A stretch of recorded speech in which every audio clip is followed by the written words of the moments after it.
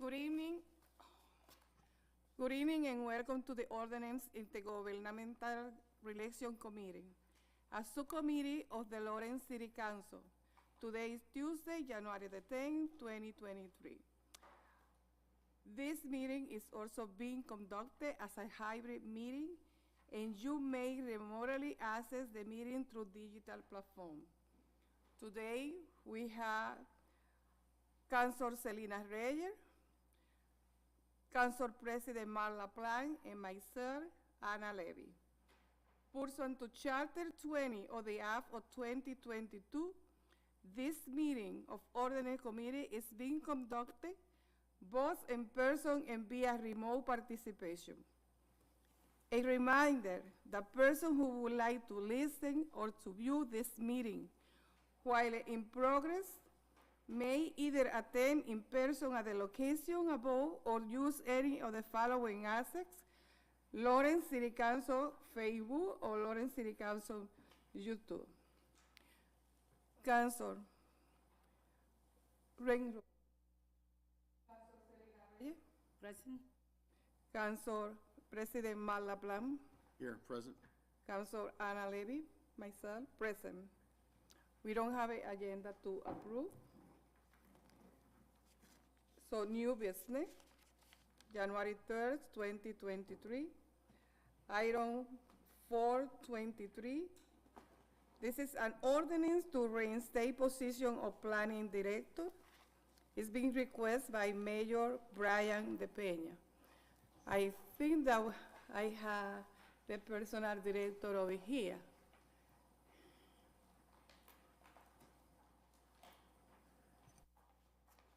Good evening, councilors.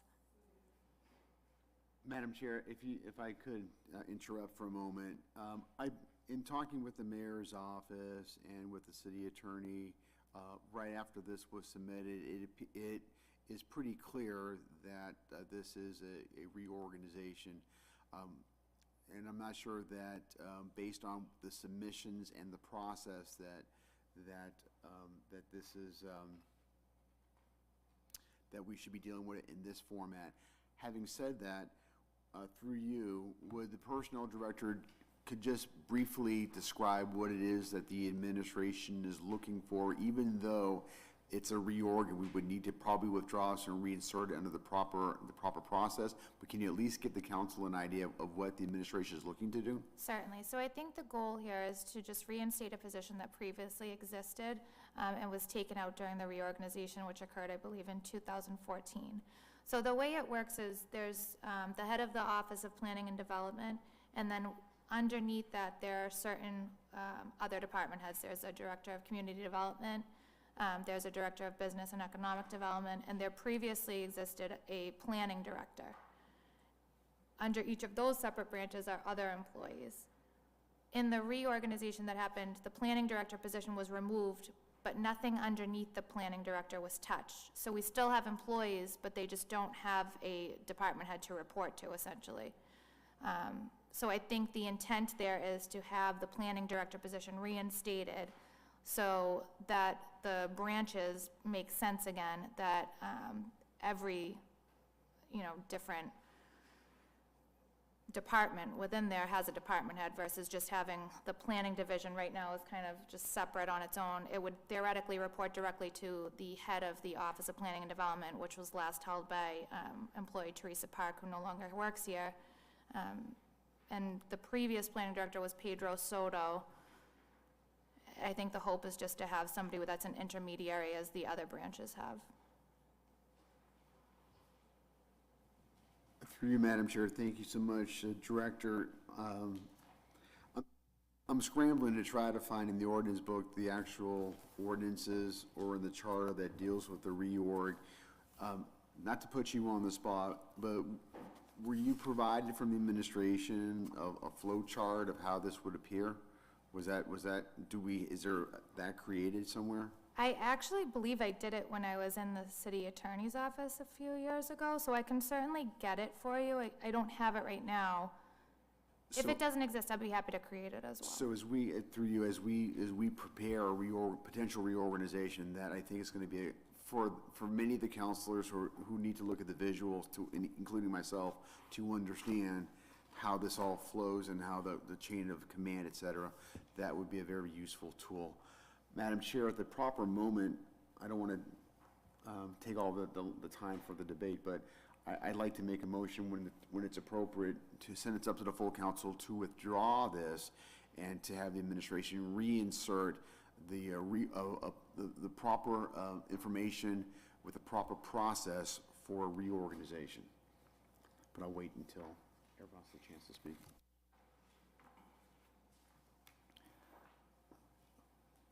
Do you have it on the floor? Yeah. You want to do a motion, or you have any comment or any question? You don't have it? Okay. So we are ready to send it to the full council.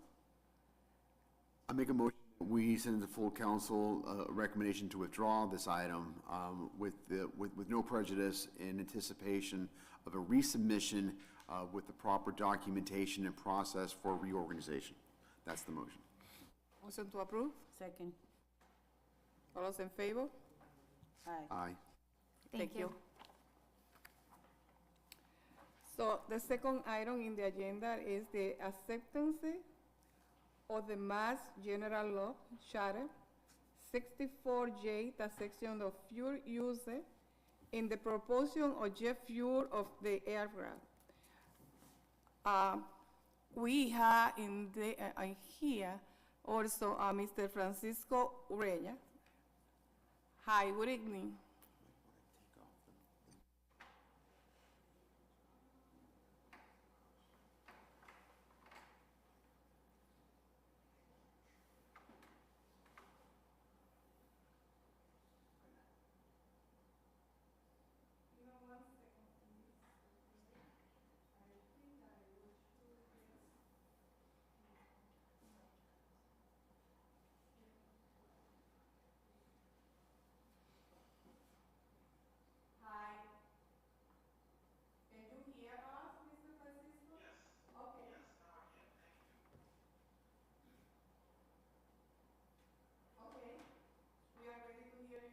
Hear you now? Oh, I'm sorry. I totally missed the question. I don't know. What's the question? Are you here to talk about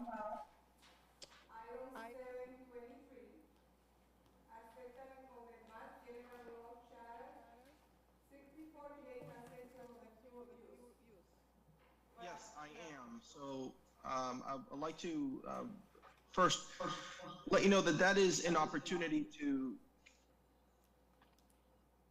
Sorry, I don't know if I'm talking or Attorney who is talking. Okay.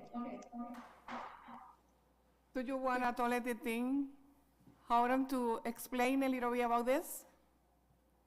Sure, with technical difficulties, I'll help the airport manager. What we have here is, normally what's happened is that when you have jet fuel, you have to be located where the airport is, the town that's located, in order to put some tax on it. So the town of North Andover has been adding tax to the jet fuel. It's like what we would know as a gas tax. Let's call it a gas tax, but except it's on jet fuel. So all of you that own jets in this, it would affect you. By accepting 64J, the Commonwealth has said that if you own an airport, which Lawrence does, but it's not located in your community, which Lawrence does, it still allows us to add a tax onto the fuel. And the tax can be used for airport operations. So it basically would bring down the cost of operating the airport. So it pretty much seems like something that the city would want to do. It doesn't affect your taxpayers, unless of course you have taxpayers that own private jets. But it would just be much like we add a gas tax onto, for cars, this would be a gas tax for the jet fuel. So under 64J, we are asking you to accept that provision of the Commonwealth, so that would allow us to put that tax on. So I have a question. Sure. If it doesn't affect the taxpayer, who is gonna be affected? Anybody that owns a jet. Anybody? If you own a jet and you buy fuel, it will affect you. Much like, an example is, if you go to Hafner's and their price is 2 cents more, everybody that goes to Hafner's pays that price. But if you go down the street to someone else, you don't pay that. So it's a tax that's only imposed on people that use Lawrence Airport and buy jet fuel. Do you know how many jets do we have over there right now? That would be better for Mr. Urena. We cannot hear you. You have to unmute yourself. I believe I am unmuted. Now you are.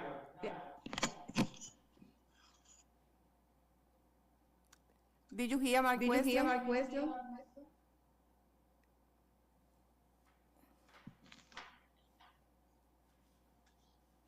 They're asking how many jets there are at the Lawrence Airport. 207. 207.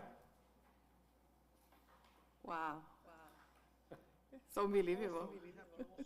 No, that is not just the jets that are there.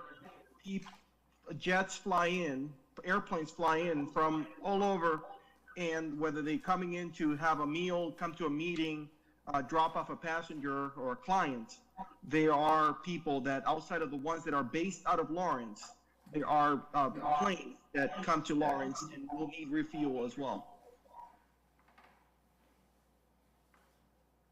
Council, Any question?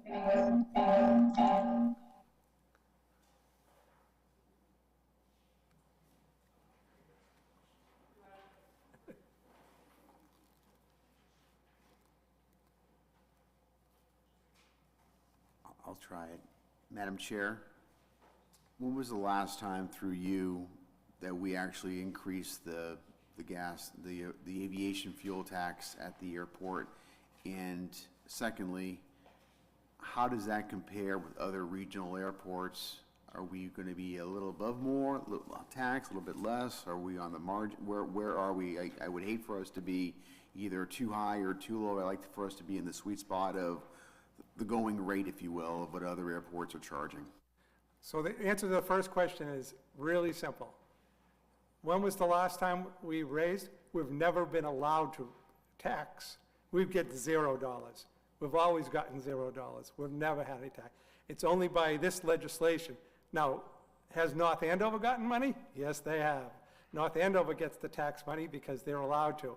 We were never allowed to. But because of this legislation, we are now allowed to. So we would go from 0 to whatever we're going to get now. This is a law that was initiated apparently in 2016, a state law that allows us now to be able to tax. I'm just curious as to how impactful is this going to be for the airport? What is the estimated amount of revenue does the airport expect to receive through this tax? Mr. Urena? Through Department of Revenue is estimated anywhere from $20,000 to $40,000 a year.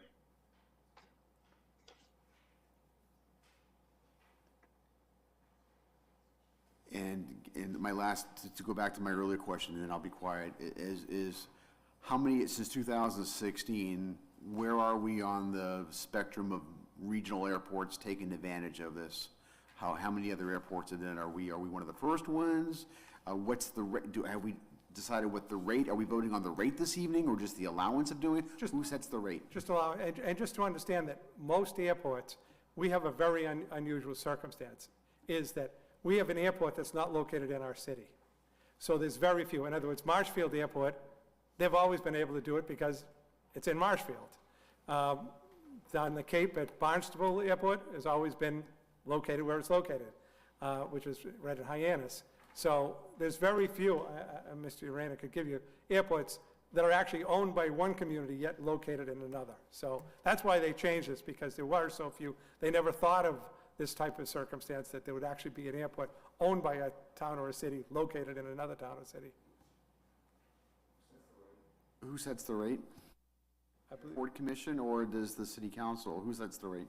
So I believe it's the Airport Commission. I'll let Mr. Urena respond, because remember that this money must be used for airport. It cannot be, it's not something that goes into the general fund. It's not something that's used in the city of Lawrence. I think it is the year. Any question?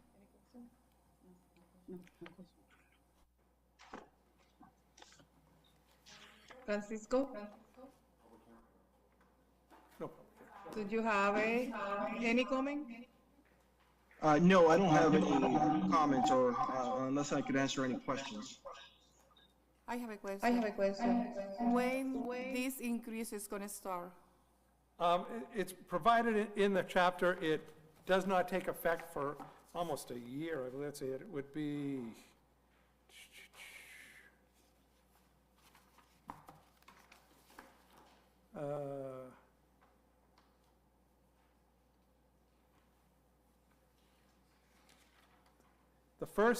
the first day of the calendar quarter following 30 days after such acceptance. On the first day of such later calendar quarter, it can be at a later one if the city or town designated. So 30 days after acceptance by the city council, if it's accepted, and then it would be the first day of the following calendar quarter. So again, we're now in the first calendar, so I would expect you would be talking about May, June, July, August, probably not till August, because that would be the quarter that's following the first 30 days after acceptance. Assuming that it was accepted in January, you're already into the first quarter, so it would have to be the second quarter. Sorry, I didn't hear when it's gonna be, okay, how much is gonna be the increase? Do we know the rate, the tax rate? No, we do not know the rate yet. I know that currently we do get 5 cents out of every gallon that is sold at the airport. So who established the rate? We established the rate? The Airport Commission. The airport commission, and you said that nothing from there is gonna count like to the city for, No, We the law prevents that. okay. The law, it's an aviation law, and the law said that the money must be used for aviation purposes, which is the airport. But by same token, if their costs are less, that's less money that is needed to run the airport. So it assists Lawrence in that way. Okay, thank you. Any other comments, any other question? Can I hear a motion?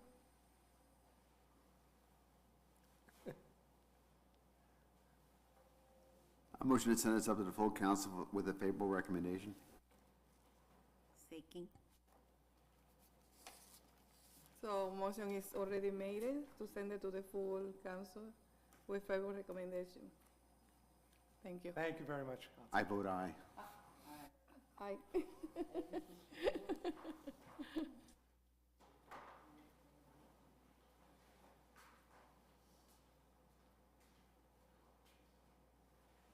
So the next item in the agenda is from December 2022, and this is, sorry, that's item 43022. The taxi car medallions transferred from Manuel Arias, Liberty Taxi, to Delio Adia Pena, Popular Taxis, by Sergeant Melix Bonilla. Good evening, Council. Good evening. Here. So I'm here on behalf of document on 430-22. This is a medallion transfer request from one individual to another. This medallion was first issued to Manuel Aria about 22 years ago, and he's retiring, and he wants to pass it on to his friend. It's going to be transferred from... From Manuel Aria to Juan. Okay, thank you. They filed all the proper paperwork. I did all the background checks. We have letters here stating that it wasn't sold, it was transferred, and they notarized it. I think you have it in your package. Please, yes. Yeah, and I checked the driving record, I checked everything checks out. So If you have any practically, questions that I could answer. I don't know, I don't have any question, but I don't know if my counselor have any question. And we, okay. So I'm gonna make a motion to send it to the full council unless we favor recommendation. Thank you. Any So questions? moved. Second. All those in favor? Aye. Say aye, have it. Thank you. Thank you. Have a good night. Next item, item 433-22, is a handicap parking, 61. I'm sorry? 433. Oh, 432. Request to post and fill the budget analyst position. Mark, is marking here? Up, it's gonna be, okay. Good evening, councilors. I'll be standing in for the CAFO tonight.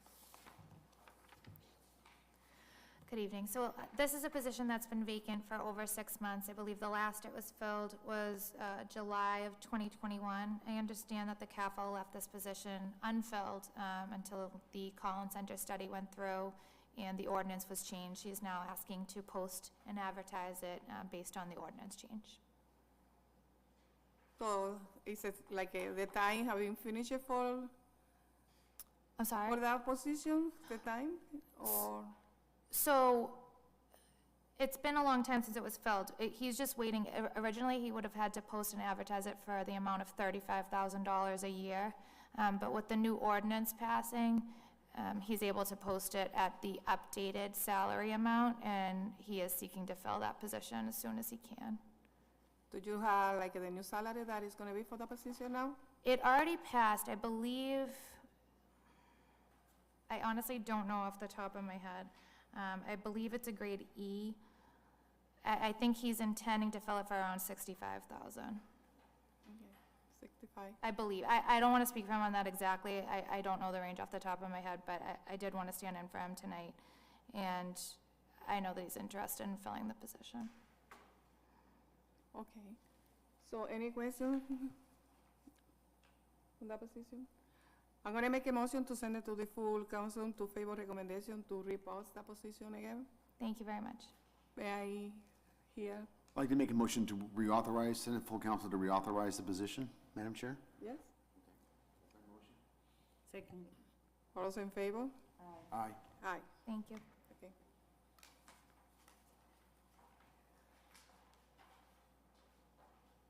Okay, so that's the next item is item 43322, handicap parking, 61 Wesley Street, Iris Y. Jimenez.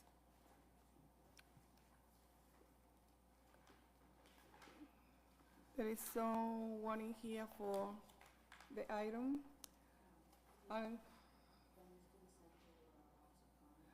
We're gonna be sending to Officer Cano for him to go over there and just to let him know. So any question? The application is completed? Yeah, pero tiene, yes.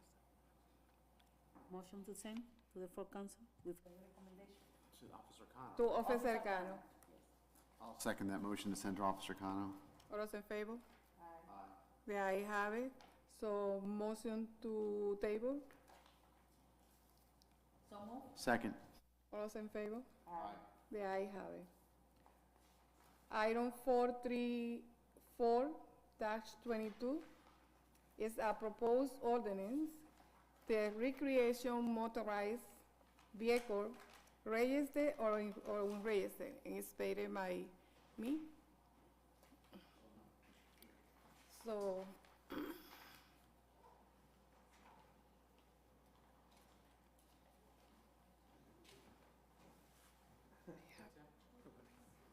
Good evening, councilors. Good evening. Why don't you start off? Go ahead. Good evening, councilors. How are you tonight? Tonight you have before you the proposal for a dirt bike ordinance and recreation ordinance. As you know, over the past few years, the city, as well as the Merrimack Valley, has struggled with illegal dirt bikes.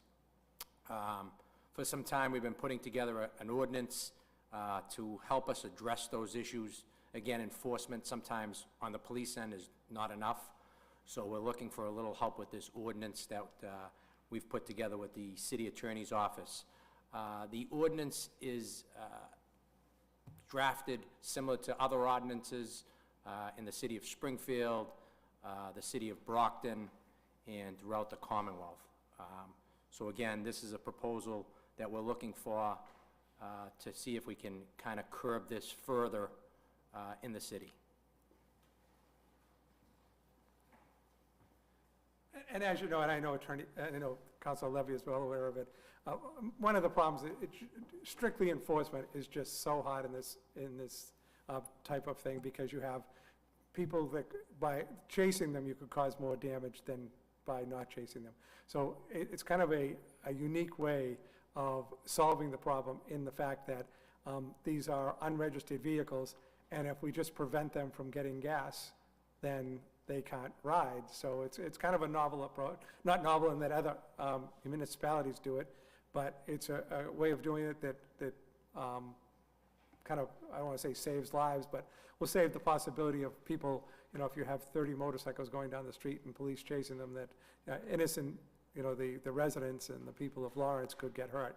So we're looking for novel ways, and I think that this was an original way, and a way that works, that would help in decreasing this problem that we have in the city. Beside this ordinance, I know that you asked, do you need the help from us? So beside the ordinance, what kind of help are you looking for too? Again, we've tried several different approaches, like Attorney Hooton has said. Again, we can't block these vehicles. We can't chase these vehicles. So again, it poses a problem for us. So we're looking outside the box. One of the things in the ordinance that addresses some of these concerns is filling stations. When they go to a gas station, they will not be allowed to fill up these vehicles unless they're trailered or on a trailer. This again, will make it more difficult for them to, when they're driving around the city, fill up these vehicles. So this is just another tool or an extension of what we need to do to kind of get this enforcement under control. So again, what we're looking for from the council is to support the ordinance that has been drafted. We think that this will give us additional tools to help us, and I think that would be what would help us as far as the city council.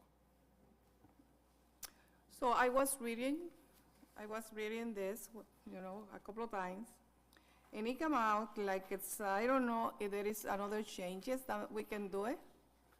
It is possible to do some changes to this? If you have recommendations, Well, my recommendation is penalty. So it's a violation of any of the provision of this, of this section shall be subject to a fine of $300, and when applicable, with each day constituting a separate offense. So I got in here some kind of recommendation. I say, okay, first offense, $300. Second offense, $300 plus suspension of the license for 15 days. A third offense, $300 plus suspension of the license for 30 days, but also to get back to the licensing board, and the licensing board will make it a decision, if they can return the license. And it's continuing doing, the offense can be a removal. I don't know for how long, through the license board from you guys also, to remove the license for 6 months, a year, or whatever. That's part of the recommendation that I would like to. Unfortunately, council, we don't control licenses. Okay. In other words, the licensing board of the city of Lawrence does not control driver's license. Okay. That's controlled by the Registry of Motor Vehicles, the Department of Motor Vehicles. So it's nothing we could put into there for suspension. The other thing that again, we're trying to stop this, but what you have to realize is these are unregistered, uninsured vehicles, probably driven by unlicensed. So they wouldn't care if their license was suspended, because they don't have a license to begin with. I mean, I'm not saying, I'm not generalizing that all of them, but as a penalty, I don't know if that would be much more of a deterrent to these people. It's more of a group thing. If we could stop the group thing, it's fine. But we cannot add license suspensions on that because that is a registry of motor vehicles prerogative and only up to them, not up to the city. So I just read that we cannot increase more than $300. We can't, right, the fine has to, That's that's why we be- set the fine at $300, that's the maximum fine. Okay. Council, any comment, any question?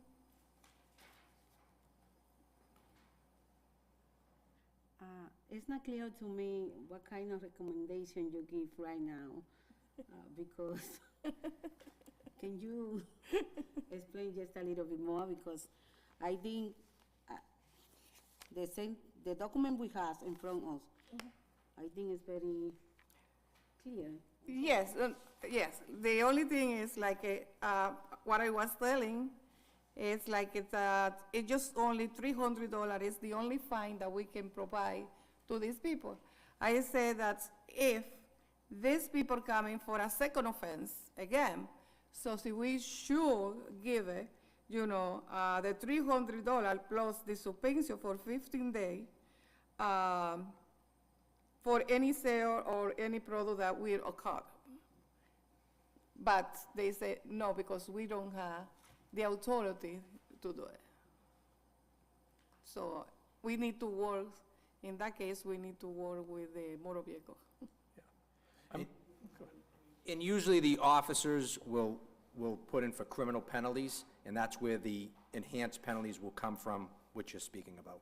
It's through the RMV and through the courts. So what is happening with those also, with those gas stations that are selling gas to those unregistered? So again, if this ordinance is passed by you guys, we'd start an educational campaign for Okay. everybody that sells gasoline in the city of Lawrence.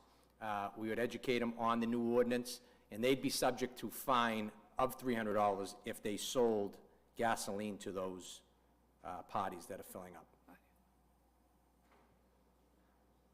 Councilor? Madam Chair, through you, so if you wouldn't mind, Lieutenant, can you just kind of paint a picture of the most likely scenario that this ordinance would be applied to? And if this happened on June 23rd, 2023, South Union Street, for example, where there's a long strip, tell me, and there's someone popping a wheelie or doing something like that, or going excessive speeds or something like that, and now someone with a badge sees that, what happens? Well, the officer will try to attempt a motor vehicle stop, okay, of that party. In my experience and our experience, that party will not pull over, they will take off. A pursuit of that vehicle is not authorized under the current policies and procedures of the Lawrence Police Department. So that the pursuit will be terminated. The officer, to the best of his ability, will try to identify the occupant. A lot of times, these vehicles can't be registered, so they don't have plates. They may have small decals on them if they are registered through the environmental protection, in the EPA or the environmental police. They will have little stickers, but if they can't identify them, we will then try to use the camera system to follow them, but if not, they're on their way.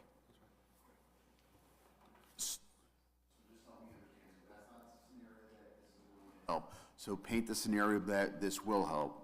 Where do we see this? So again, this will help with us, when we do identify some vehicles that, or recreational vehicles that are in the city, if we can follow them back to a location, we'd be able to seize those vehicles or motorcycles. We'd also be able to conduct surveillance at gas stations to see if they are filling up these dirt bikes and address it in that scenario, as well as other enforcement. The other thing that would happen is that let's assume, I don't want to use lingo, but let's assume they're tooling around town. Well, after a while, they're gonna run out of gas. They gotta go someplace. And if they can't get gas, then they're not tooling around town anymore, or they're going someplace else. So that's the key, is just to prevent them, because sooner or later, these vehicles, they're gas vehicles, they're gonna need to fill them up. If they can't fill them up, they can't use them in town in the city of Lawrence. Wouldn't you just cross the town line and get gas somewhere in North Andover or Methuen? Get They would gas have there? to, they would have to drive them there, which would give us more opportunity to bring them down. But second of all is that they, it makes it inconvenient. These are parties. You know what's gonna happen when they drive into Methuen? That's where they're gonna go buzzing, because that's where they're located. They get their gas, they'll buzz over there, or they'll buzz over in New Hampshire. They won't be buzzing in Lawrence because they're gonna run out of gas. Also, Counselor, we did form a task force in 2023 with Lawrence, 22, with Lawrence, North Andover, Methuen, Haverhill, Lowell, Tingsboro, Drake. So again, we're working with them. They're drafting similar ordinances in their city and towns, which, again, once we get that all in place, hopefully in 2023, this will make it harder for them to go to the neighboring towns and do the same thing. Just if I could add, thank you, councilors, good evening.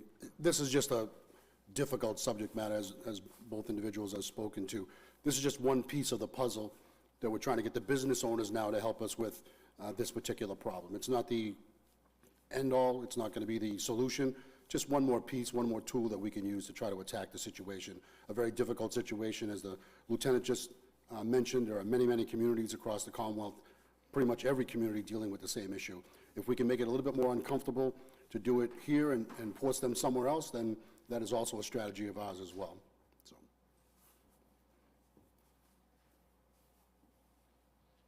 I want to know, if we send tonight for our full council, when is putting on play?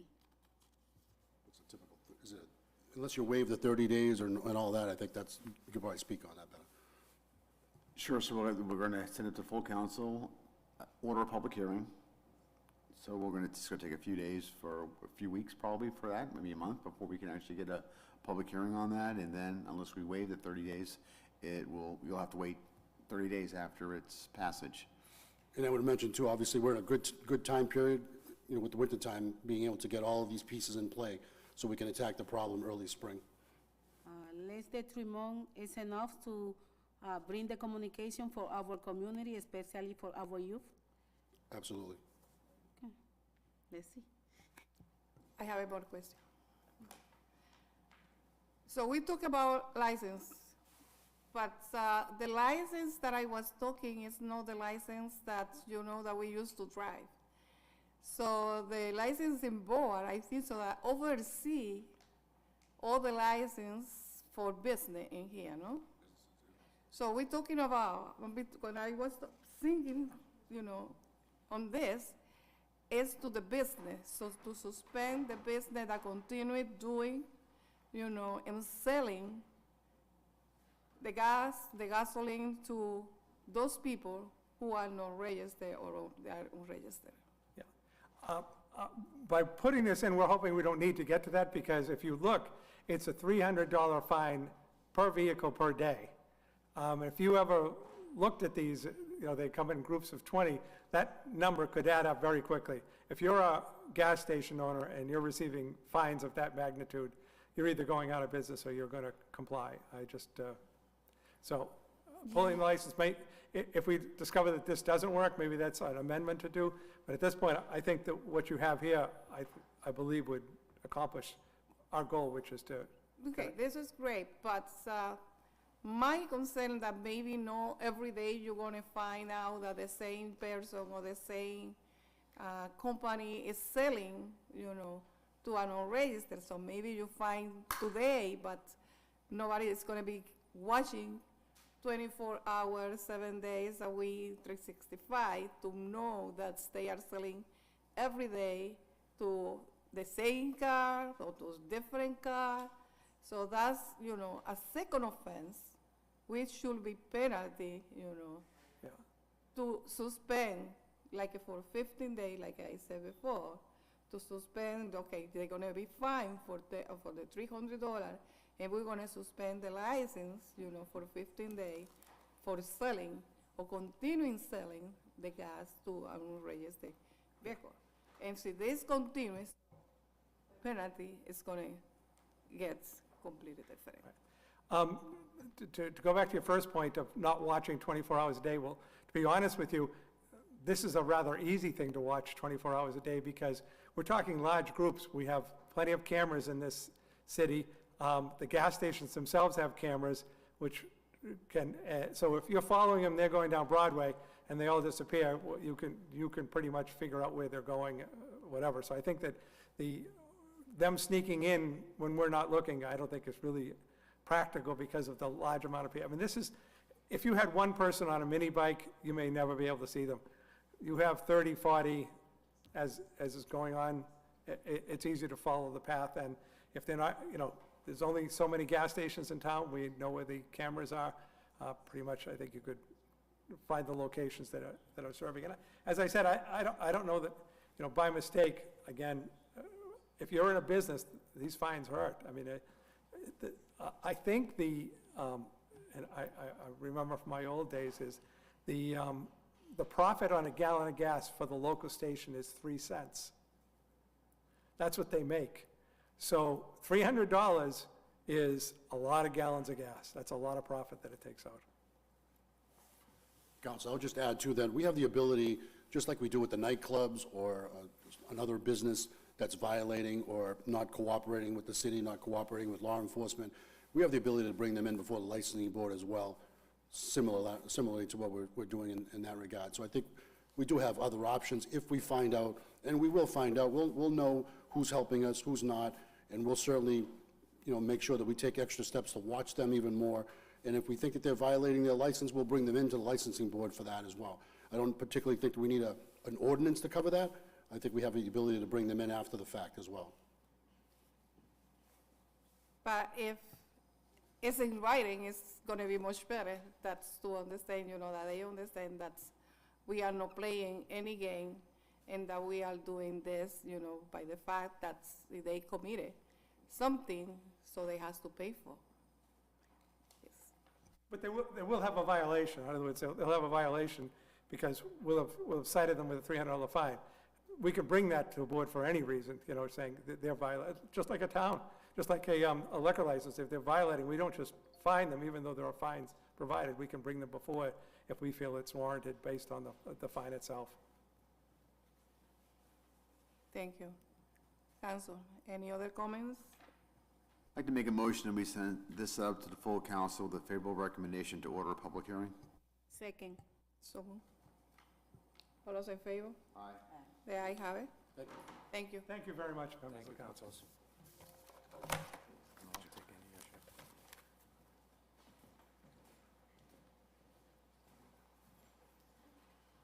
So the next item is 43522 National Grid.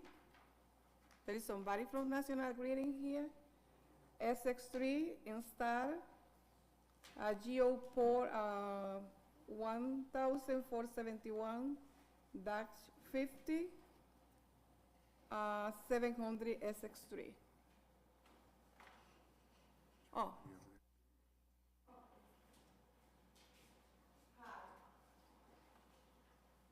To the committee. My name is Paulo Saffler. I'm a designer for National Grid. So a customer requested a new electrical service at 700 Essex Street for a high-power car charging station. And to do that, we need to install one pole, which is the pole 1471-50 on the public right-of-way, so we can install our cables and equipment to support this new electrical service for car charging stations. Does anybody have any questions or concerns? Council President. Thank you, Madam Chair. So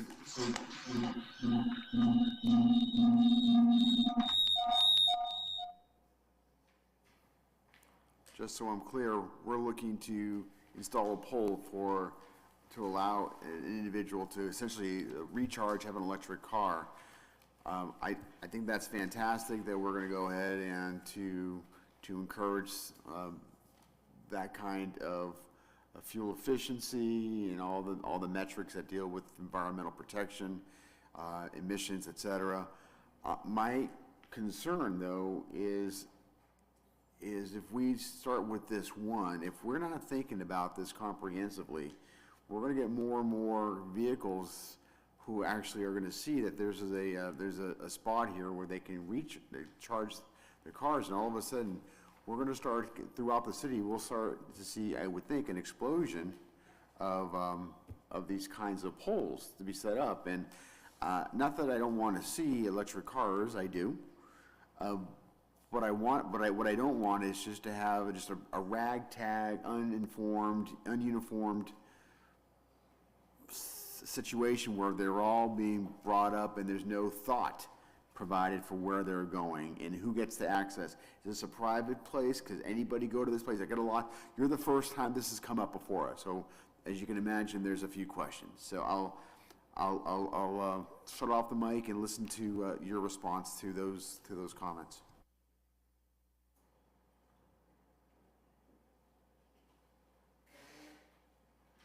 Yes, in my experience as a designer, whenever we always try to reuse existing poles or infrastructure, right? So we don't repeat anything or add any additional poles that we need to maintain and own. So we don't usually pick and choose where these car charging stations will go, but we do try to maintain our standards of pole installations, distances, and the safety requirements for our workers and for the public. So. Does that answer most of your questions? It was somewhat hard to hear as well, just for your information. It wasn't really clear. Thank you. I'll try again. You're touching on it, but I'm not having a lot of confidence that the way that you're approaching it is the best way for this city. Rather than having the utility saying, we need to put these all over these places, you're not really, you're coming to us now, and I realize you don't have the universe of who needs this ability to charge their vehicle, but I just feel like I'm exposing not only myself but our city when we say yes to this, and then 2 weeks from now someone else will go ahead. I don't know what your metrics as a utility company is to say, yes, we're going to put one there. No, we're not going to put one there. We're trying to take poles out, not add new poles in. And there's a lot here to digest, and I don't have a lot of comfort right now.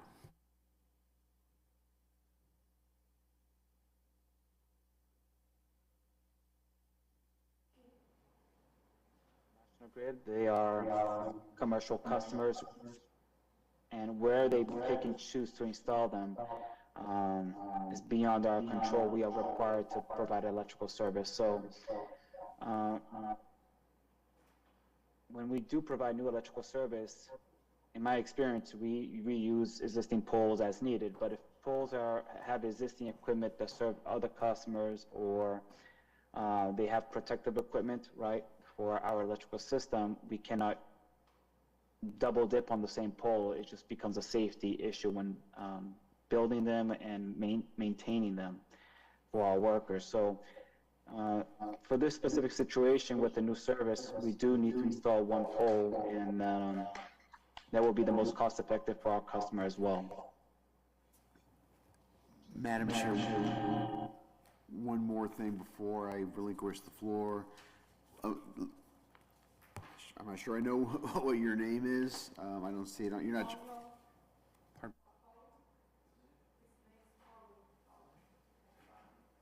Mr. Paulo, so what I think would be useful, and I am going to recommend that we kick the can down the little bit, and I only recommend that because I just think there's just too many open ends here, and to be informed on this, I think we need to get a little more information.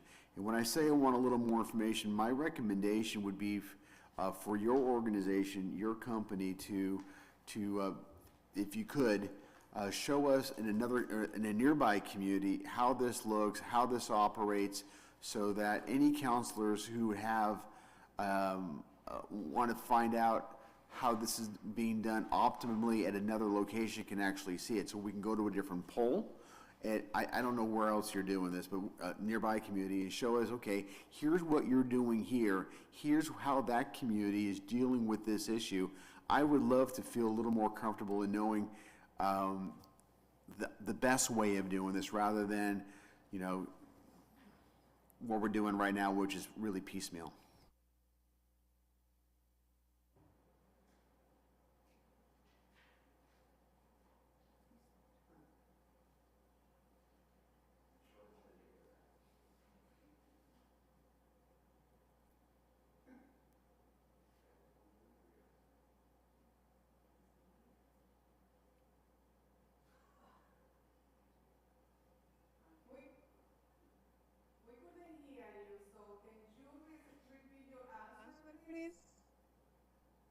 Yes. Can you hear Okay, me now. now? Yes. Okay, great, thank you. I was going to say that, in my experience, if we have existing equipment in beneath the ground, underground for like a commercial development, we maintain that underground system. If we have overhead infrastructure within the area, that's where we supply our power from. So we treat it like any type of commercial customer for this specific installation. If it's overhead, we keep it overhead.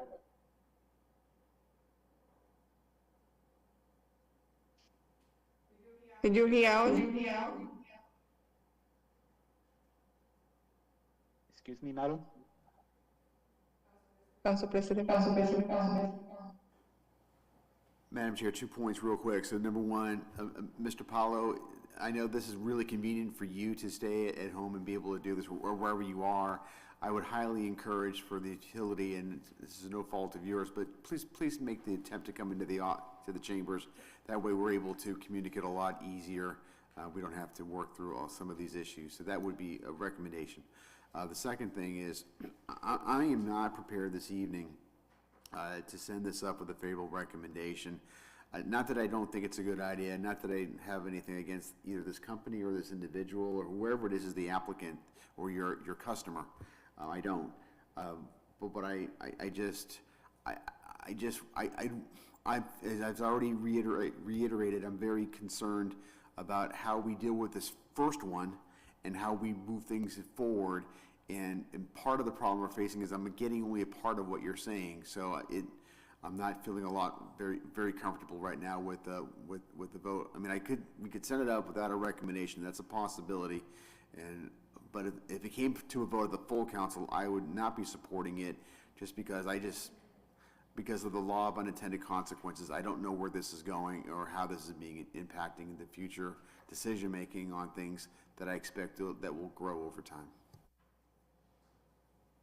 Any question? No question. Can I hear the motion? Motion to table? So move.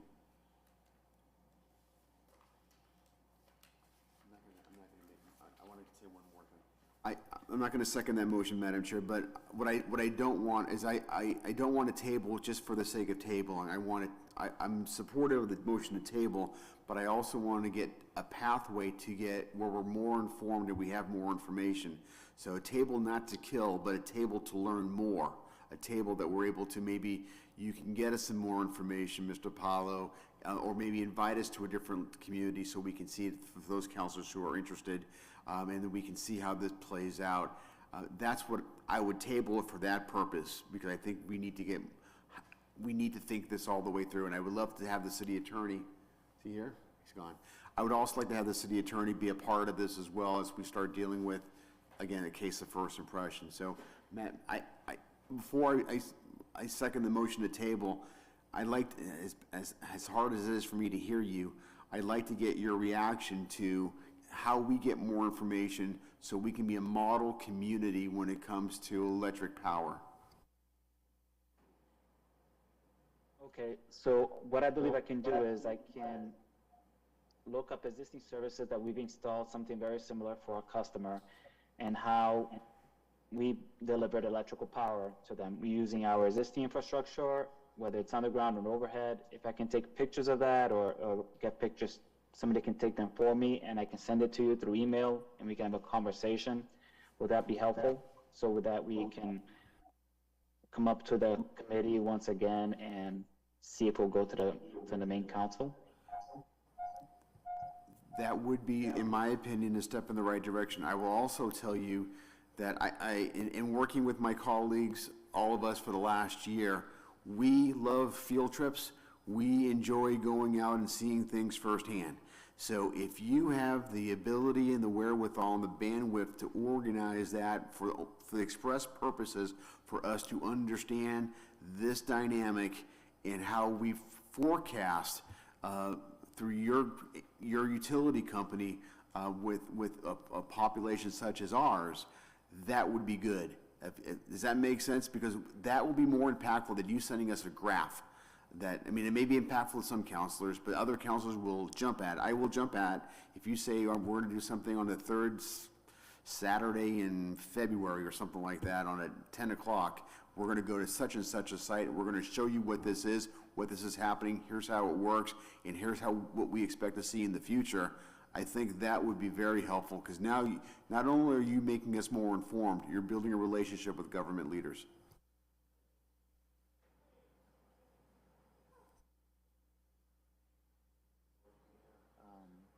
Representatives for our committee, my supervisor, and see if we can organize something like that, and we'll reach out back to you and see how we can proceed, because you are right with the fact that electric vehicle charging is coming, that's a definite, and you want to make sure that it's done correctly from the beginning, so thank you. So there is a motion on the table now? I second the motion to table that was made by Councilor Reyes. I'll second that. Those in favor? Aye. The ayes have it. Thank you so much, Mr. Paulo Saglek. So we're gonna be waiting for you to send the information or also invite or to pass by your place, okay? Thank you so much. Thank you so much.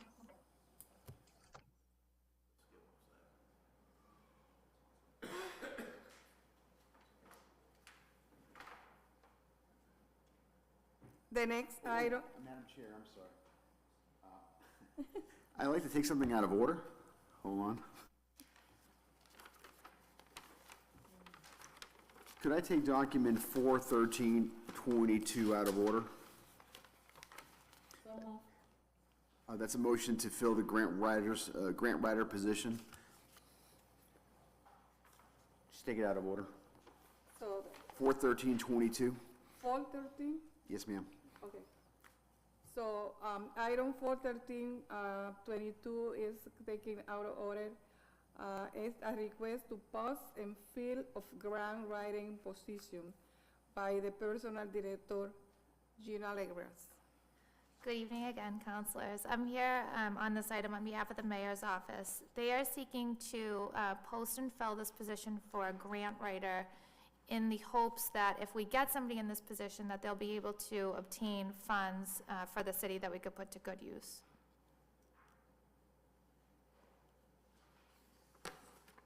It is a new position? It's an old position, but it hasn't been filled. I couldn't even actually find a job posting for it. So in support of my memo to council, I attached the ordinance, which was passed in 2014, as well as the job description, but again, Munis was down today too, so I couldn't even tell when the last time this was filled, if ever. So if we hire the person, where does she's gonna be working, with what department? It's under the supervision of the Community Development Director. So this is part of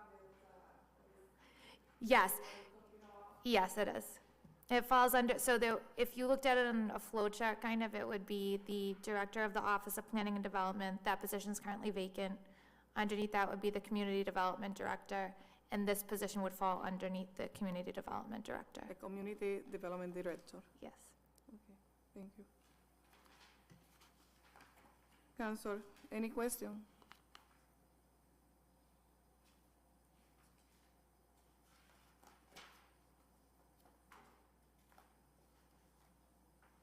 What is going to be practically the category of this position? So I believe under the new ordinance, I think it's between 54,600 and 72,800, I believe is the range. So this is part of the reprograms, that the new salary? Yes, it's a non-union position, so it was reclassified back in November. Council? Algo? Can I hear a question to send it to the full council with favor recommendation? No. No. Yes, there's no public hearing necessary. Make a motion that we send it to the full council with a favorable recommendation to reauthorize this position. Thank you. All those in favor? The ayes Thank you have it. very much. You're welcome. Thank you. Item out of table?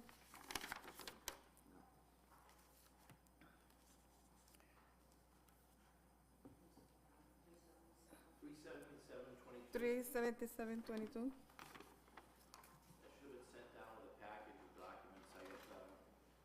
Council, let's take item 37722 out of table.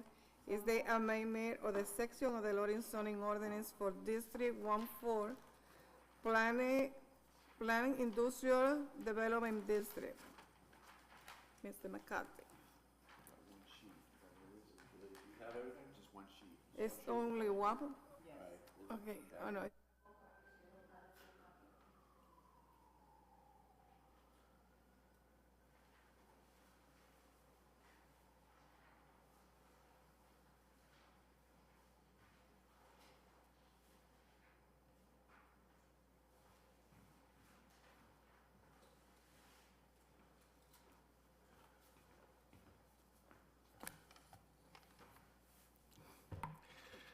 Good evening, everybody. Dan McCarthy, Acting Planning Director, the City Lawrence Planning Department. The document before you is a request to amend the city zoning ordinance for an area identified as an I-4 industrial district. We call it the PIDD, the Planned Industrial Development District. This was a district that was newly created back in 2019, I believe it was entered as an ordinance, but the city began working on this back in 2016 through a series of meetings we had as part of the redevelopment of the Merrimack Street corridor. The district is a map in your package showing where the district runs. It runs from along Merrimack Street from South Broadway intersection to the South Union Street intersection, crossing Parker Street. It goes from the MBTA rail line to the Merrimack River. So that's the width of the project is mainly a corridor that runs along Merrimack Street.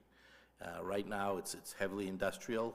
It was zoned I-2 prior to this rezoning back in 2019. The I-2 at the time allowed the development of residential housing if it's multifamily housing. It doesn't permit single-family homes or two-family homes. And the purpose of having multifamily housing in the industrial districts is because we have a lot of these old buildings, industrial era buildings that are fallen out of use, that are potential to be redeveloped. The other, I think, aspect of this district when it was rezoned back in 2019 to prohibit housing altogether is the fact that it geographically sits across the street from the train station. The past 20 years have been, it's been a goal of the state to increase housing development around these transportation hubs, train stations, bus stations, anything of that nature, to eliminate the reliance upon automobiles for a lot of people who may want to commute and live and not have to own an automobile. So that's, so the fact that this was done, I think, brought a level of consternation and puzzlement to the Department of Housing and Community Development. I've talked to the planning department there, and they're amazed that a city in this era would prohibit housing across the street from a train station. So it belied the fact that what the purpose of the development was to create more specialized industrial uses, green energy, small light industry types of uses, which actually are more compatible with residential uses than the I-2 district that was there. This mayor had tried to attempt to rezone this back when he was a city councilor. I know that failed at the time in the way that was done. I'm looking tonight just to amend this to bring back the use on the use table of multifamily housing as a allowed use, and to allow it by special permit and site plan approval, which is the way housing is currently allowed in all the industrial districts where it's permitted. The mayor and I had discussed this in the administration and the people in the planning department, and it was agreed that we would make one condition of the housing in this district, because it is primarily a one-street district, that we would require mixed-use development, so that commercial development will be designed to be built based upon the size of the project. Essentially, what we want to do is keep at the first floor grade level, street grade level, all commercial development. We don't want housing on the street. We want housing built at higher levels. We want a more commercial corridor, much like Merrimack Street is from South Union Street to Route 495. So we want to emulate that in much in the same manner. That's a future goal. There is an intention in the planning department to create a greater zoning district, primarily around the train station, much like we have for the downtown smart growth overlay and the Arlington Mills smart growth overlay. But those type of developments typically take a couple of years to develop. And we have a project that is currently scheduled to purchase a piece of land within this district, the old train station. I know this came before us before. I know you all recall the car wash that was going to go in there. The person who bought that property for a very exorbitant amount has made a contract with Greater Lawrence Community Action Council to sell that piece of property to be developed as residential housing.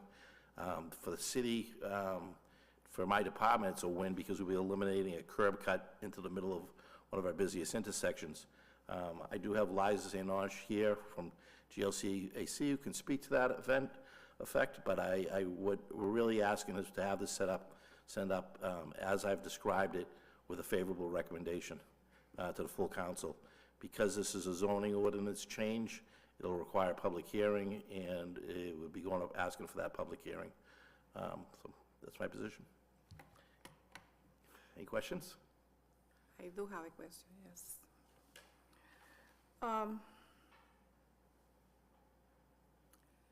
This is something that I got it today. You know, I haven't had the time to read it. Mm-hmm. I know that we discussed it before, where we were trying to have some car wash over there. But for me, at this moment, I don't know what my city councilors think about it. I would like to read a little bit more. Well, it's not just for that lot, it's for the entire. Yes, I understand that this is now for the entire area. Mm-hmm. So I would like to understand a little bit more about it. Mm-hmm. So it's something that, when I thought I got just only one page, now you gave me, Yeah, I a couple sent a page. package over to, when I filed this, so. Yeah, so I don't even know that this item is gonna be on today, so I think so that I should take a little bit more look on this. That's my thinking. So I don't know what my college council think about it, and see they have any question. Yeah.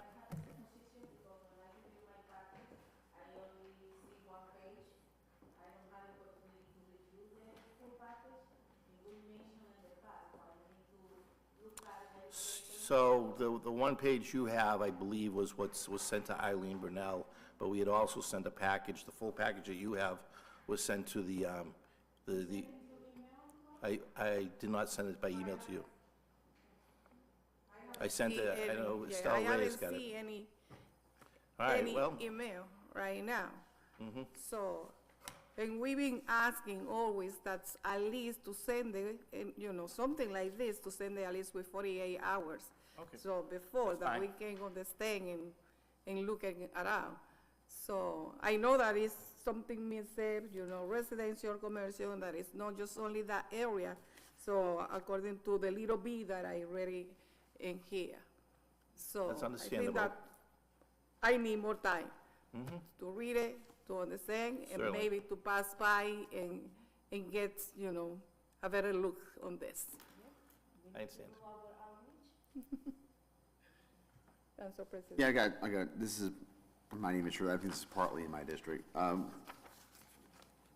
no particular order, and what we were just handed by Ms. St. Ange, there is a chart or a picture, second to the last page. It has the intersection of Parker and Merrimack Street. It looks like there's a building going there. There is a historic train station that was there for the longest time. What is happening at that train station? So the proposal, so this is just our beginning designs of the project. So our proposal is to demolish the old buildings that are in bad shape right now, in order to have the building in the front of the lot, so that you're not looking at a parking lot where you're driving down Merrimack and Parker Street, and the parking to be located behind the new building. So you're gonna demolish the historic train station? That is our proposal at the moment. We still have to go through Historic Commission and get it approval, and as I said, this is our early design proposal for the property. And who owns that property? When you say "we," is that GLCAC? Yeah, so my name, as you know, Liza St. Ange here, on behalf of Greater Lawrence Community Action Council. Our executive director, by the way, she's been trying to get in through Zoom in case you have any questions for her. But I'm here basically in support of the zoning change. We are proposing to do housing and follow the new zoning with having commercial space in the bottom floors. So the zoning change that is being proposed here is independent essentially of this proposal. This proposal is going forward, but the zoning changes goes, there's going to be some restrictions as far as no residences on the bottom, but commercial on the bottom and residence on the top. That's the impact it's going to have. Is that correct? Yeah, so at the moment, there's no housing allowed at all, so we're hoping that the zoning change does go through so that we can do housing. More housing, right? Yes, Okay. and commercial. More housing though, Mixed right? use. Okay, more housing. Right.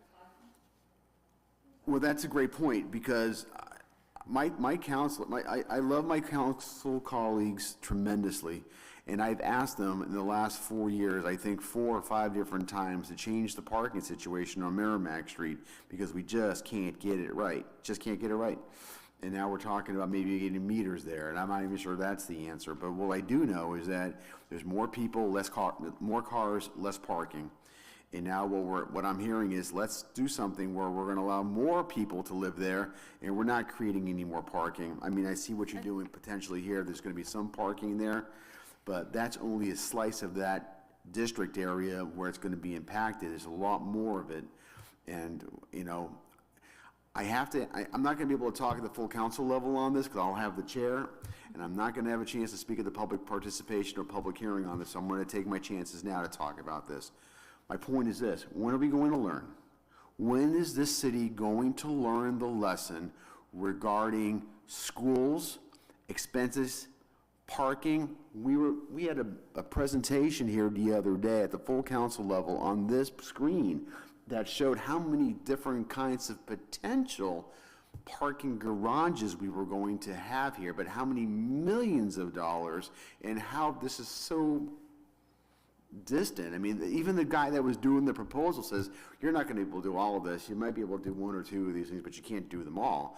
But even if we did them all, I'm not even sure in the scenario on the parking stuff, and this was, to the administration's credit, they just wanted us to start thinking and providing something out there so we can consider it. So I'm telling you, it's just like Groundhog Day in the city when we just continue to build and build and build, and we pay no mind, it's apparently, to the law of unintended consequences. We just funded 2 new schools, and that's not enough. And we're going to be asked to do it again if we're going to keep doing this. And we're always going to say, oh, that's not that bad, just a few here. That's not that bad, it's not going to be that impactful. But if in aggregate, it becomes impactful. And I say to my colleagues, for those who will listen, why is it that our city is a city that has to be doing everything on the housing front? We have done our bit, we have done our part, we're doing the best we can. Let's bring the business in. Let's talk about that. Let's try to bring some jobs. Let's try to bring some utility when it comes to economic development. I completely Thank you, understand Madam Chair. your position. Our proposal does include parking, and this is really to help. There is a housing crisis in this community still, and we have people living with family members, and this is an opportunity for people to have their own. This is not going to solve that. Yeah. How many times, I'm sorry, I'm going to raise my voice just a little bit, but it's not at you. We hear that all the time. It's not going to solve it. You build 20 new housing structures and units, there's still going to be 20 or 30 more that's going to be needed after that. It's not going to solve the issue. We may think we're moving the needle. And yes, there'll be more people that are going to have it, but the problem is much bigger than the city of Lawrence on our shoulders is going to be able to accomplish. And I think we as a city should be very proud of what we've been able to accomplish so far. I see members of the community groups that are here have done tremendous jobs in trying to deal with this issue, and they've done a tremendous job, right? And they've done a great job. But at some point, we just cannot keep building. When do we say we have built at 6.6 square miles enough? What about the kids who are looking to play? What about our residents who are coming home after a hard day's work or looking to park their car? We talked earlier about batteries and trying to find electric cars. We had to start thinking about, not only we got to start thinking about where the cars are, but what kind of cars they own, so they can park a car that needs to be recharged. I mean, we haven't even thought about those things before until just tonight. It dumbfounds me that we're just not getting it. We're collectively. So, and I really wish there was an easy answer. There is not an easy answer. It's hard. Planning is hard, and it's hard in our city. It's tremendously difficult in our city. But I ask, we don't need to shoulder the burden of building houses for everybody. We don't have that. We shouldn't be having that burden. We've done our bit. We've done our part, and maybe there's more we can do. But when we're talking to do this in a place that's already been impacted tremendously, and the people that I represent in that area who are screaming at me and saying, what are you doing about, I can't find a place to park, I don't know what to do. And I'm the one that's on the front lines, and my colleagues here, they're my at-large colleagues, and I hope that they're with me on this, right? So it's hard, and I just, as you can imagine, I've got a lot of reservations regarding the proposal and what this means. At first blush, it does make a lot of sense. You're across from a train station. Why wouldn't you want to have some housing there? You walk across the street, you won't need a car. But then what we all know is that welcome to the United States in 2023, where the American dream still revolves around an automobile. We still want the freedom of getting to where we want to go when we want to go. And yeah, in the perfect world, public transportation, we offer buses for free. We try to get people to where they need to go without that restriction. We're doing what we can as a city. But my God, I'm echoing the frustrations of many people that I represent, and I'm not alone in this. Thank you, Madam Chair. Any other comment?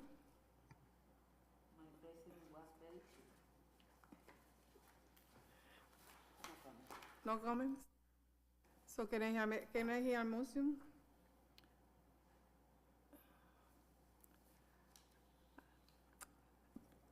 Motion? Madam Chair, I am one voice. This body needs to have a vote on it. Technically, we could kill this, not kill this, we could delay this thing right here. Well, first of all, councilors want to get more information. For that reason alone, we probably table it. But at some point, once that's here, I've never been one, Madam Chair, to delay things when we should be having a vote by the 9 of us at the full council level, even though the position that I have may be enhanced by keeping it here. I don't subscribe to that. I think we all have to vote on it. So, but based on your recommendation to get your information to digest it, I'll make a motion to table so that you have a chance to review it if you're comfortable with that. Motion to table. Second. All those in favor? Aye. Aye, the aye. Thank you. Thank you too.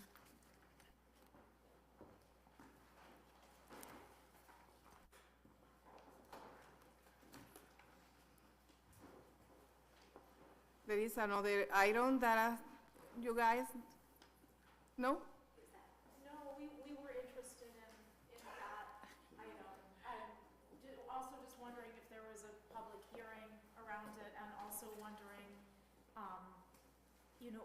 we are, of course, fully in support of GLCAC's project on this. We're just concerned about larger questions of some modest affordability mandate if housing is allowed in that area, especially around the train station. We have felt like there needs to be some provision in place to protect affordability for the families who live here now, so that we don't just get 100% market rate development in that area outside of GLCAC's project. Well, right now, we motion to table, so until we get more information regarding this item and the new proposal. Yeah, okay. All right. Hearing at the full council level, if it gets up there, it needs a public hearing. And then there would be a public hearing at Yes. that point? Okay, all right, cool. Thank you, appreciate that. Discuss at the next ordinance committee? Next ordinance committee meeting, she's asking, I don't know. When's the next ordinance committee meeting is the question. I don't know. In 2 weeks. 2 weeks. Yeah, in 2 weeks, because next Tuesday is the full council, and the following Tuesday is going to be the ordering committee. All right? You're welcome. Let's continue with the agenda. So item 40122 is 199-229 Broadway. It's a Lawrenson Bradford Street. It was submitted by Councilor Ana Levy and Mayor Brian De Peña. It's going to be sent to Officer Cano for a story. 40122. Can I hear a motion? Second. All those in favor? Aye. Item 40222. Huh? Yeah. Oh, yes. So 40122, 199, 229 Broadway, Lawrenson, Bradford Street, submitted by Councilor Ana Levy and Mayor De Peña. To table, please. Yes, we send it to Officer Cano, and now to table the item. Item 4. So moved. All those in favor? Item 40222 is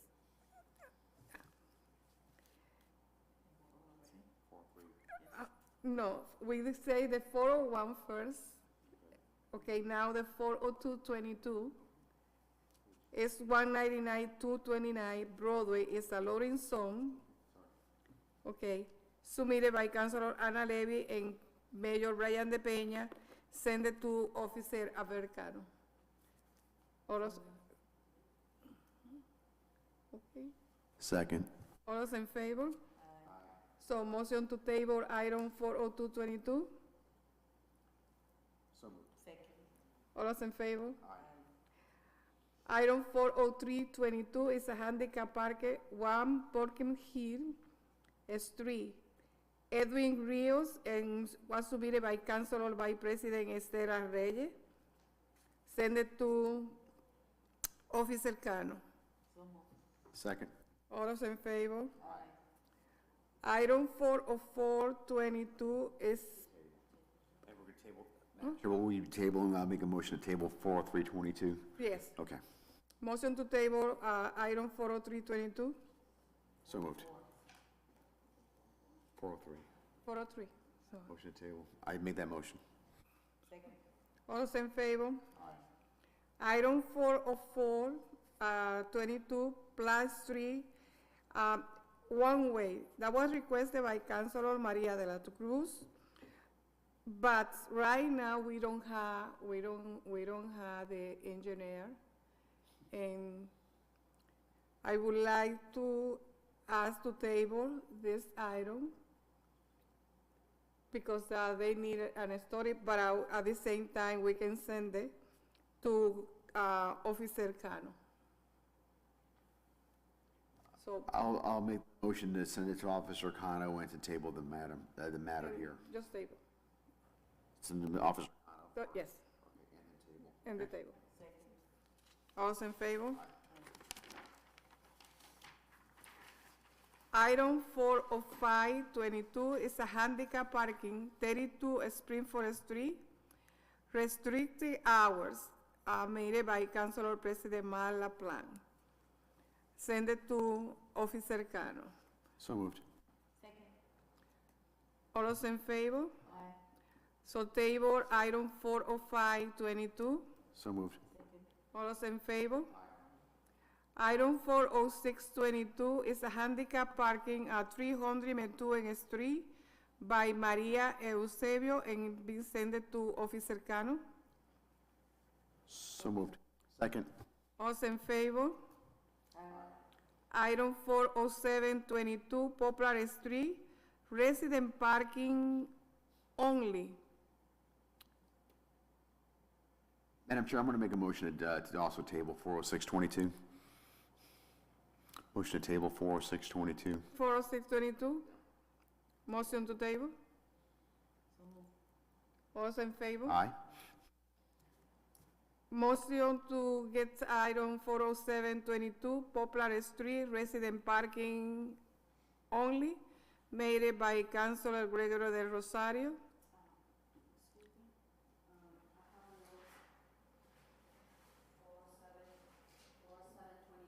Yes.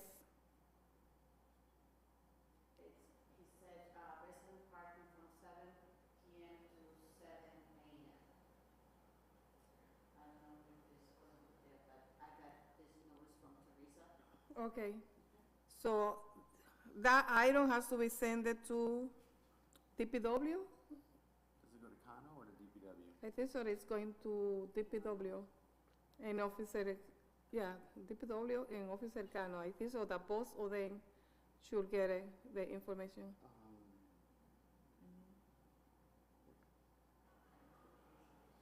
I usually goes to Officer Cano and then he makes his recommendation if he goes to To, DPW or something. for the officer, okay.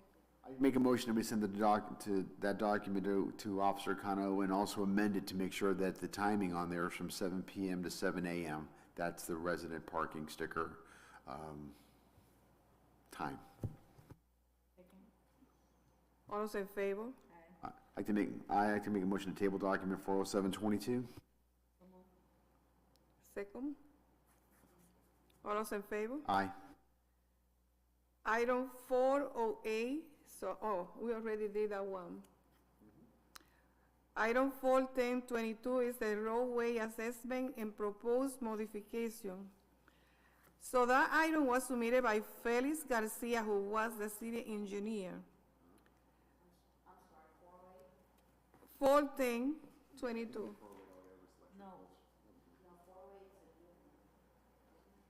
The 408. 435 was electric poles. Oh, okay. Okay, 40822 National Grid, Marston Street.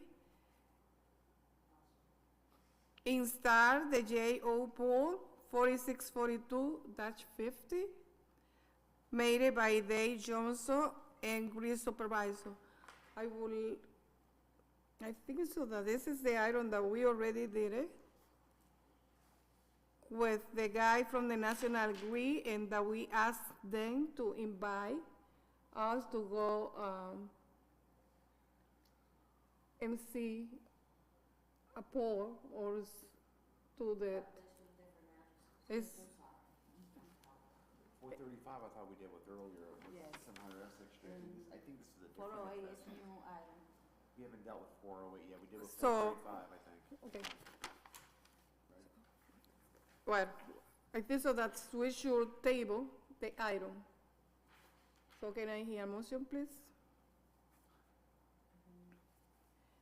Yeah, 435 and 408 and 22. different item. Yes, I can see that it's different item, it is a different place, yes, but the same page, so, It's the same person. yes. Madam Chair, if you're looking for a motion to table because they're not here to give us an explanation, I would be in favor of that. Motion to table. All those in favor? Item 1422, the roadway assessment and proposed modification. So this is by Felix Garcia, city engineer, but he is no longer working for the city. Can, We can send to DPW?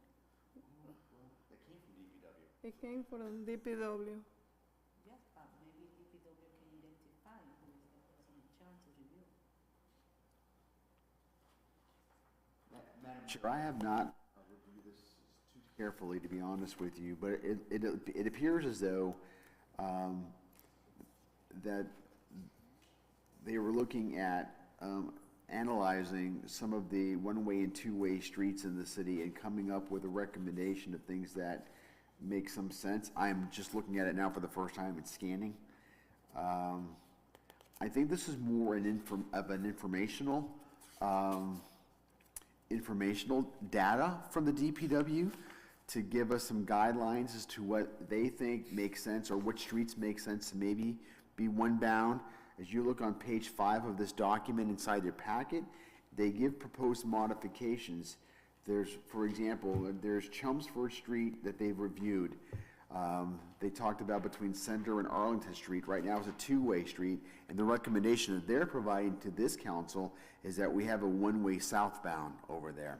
So this is an actual review of a study that the DPW has done through the city engineer's office. Unfortunately, as you mentioned, Madam Chair, the city engineer is no longer with us. He's not going to be able to defend and answer questions regarding this, but I don't know who is, I think Theo Rosario, I think he may have been stepping in or has stepped in, at least as an interim, but I'm not sure of that. But I think inviting someone from the DPW to come here to explain and talk us through this document, I think is what we're looking for, rather than sending it back to them, because we want to ask them questions. Why do you think, DPW, do you want to think that this street, whatever street is mentioned, should be a one-way street, and have that discussion? So my recommendation, and I'm willing, is to invite them to this committee for the next meeting, someone from DPW, so that they can explain to us, now that we have this, what are our options? Should we, any of these proposals will require an ordinance change. To make a two-way to a one-way is an ordinance. So I think, Mr. President, I think that also we have somebody that is covering, I just heard about it, that is covering this, like the city engineer department. So, but I don't know. So we can send also correspondent over there to see who is there, see we have someone, that also can come in and talk about it, regarding this information. let me make a motion that we send some correspondence to the DPW requesting them to send someone to the city council, don't know who that is, but send someone to the city council to explain document 41022 and discuss potential next steps with respect to moving streets from two-way to one-way, and what's the best way to deal with it without causing total chaos on our streets. So maybe, I don't know when your next meeting is, but that's my motion, that they come, that we invite them, somebody to show up and talk to us. So there is a motion on the table. So move. All those in favor? Aye. So now motion to table. So moved. All those in favor? Aye. The ayes have it. I don't think so that we have any other item unless that you want to get some item out of that. What is that, photo? That's 22? 412? Photo? Yeah, we have 2 more items. 3 more? Oh, the 41222 is the handicap parking. 2 Bennington Street, number 75, is being made by Sonia Guzman. So to send it to Officer Cano. Second. All those in favor? Aye. So motion to table item 41222, handicap parking. Second. All those in favor? Aye. 42622 is a handicap parking, 69 Lexington Street, apartment number 3. Send it to Officer Cano. Second. All those in favor? Aye. The ayes have it. Motion to table item 42622, handicap parking. All those in favor? Any other item that we would like to get out of the agenda? No? Motion to adjourn. So move. Second. All those in favor? Aye. The ayes have it.